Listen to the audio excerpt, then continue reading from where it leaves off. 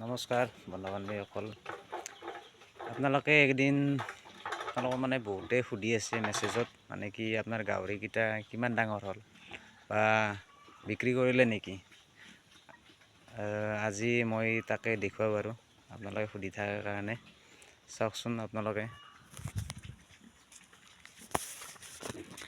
এইটো এটা সৰু পোৱালি হা।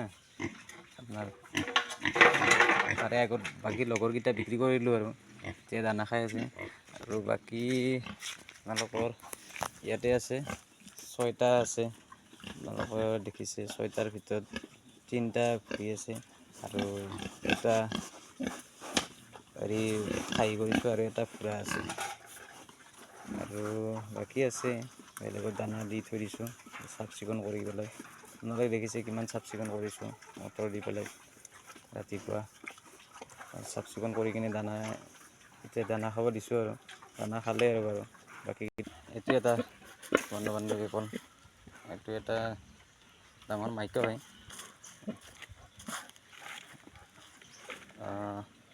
ইয়াৰ পোৱালিটো এমাহমান আগতে বিক্ৰী কৰিলোঁ। এইবাৰ বহুত লছ, মানে দাম চাম নাইতো, আপোনালোকে জানে চাৰিওপিনে বেমাৰ।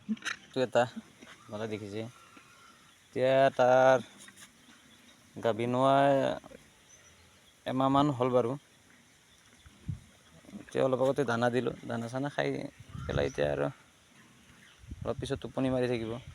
চাওক গাইছ, এইটো দানা খাই আছে, এইটো কিন্তু 2 মাহ 2.5 মাহ হ'ল গাভিন হোৱা। এতিয়া সুন্দৰ চেহেৰা পাতি, আপোনালোকে কমেণ্ট কৰি জনাবচোন কেনেকুৱা গাহৰিকেইটা ভাল হৈছে নে বেয়া হৈছে।